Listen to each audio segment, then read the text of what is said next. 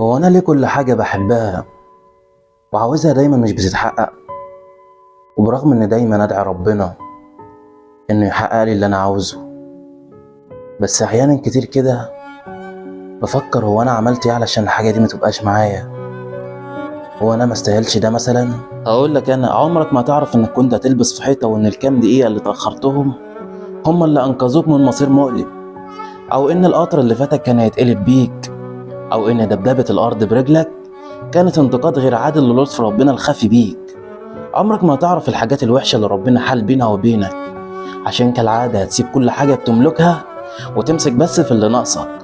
ارضى بكل اختيارات الله ليك، لأنها هي الأنسب وفيها الخير ليك، وربنا عمره ما كان ضد سعادتك أبدا، ولا هيحرمك من حاجة فيها خير ليك.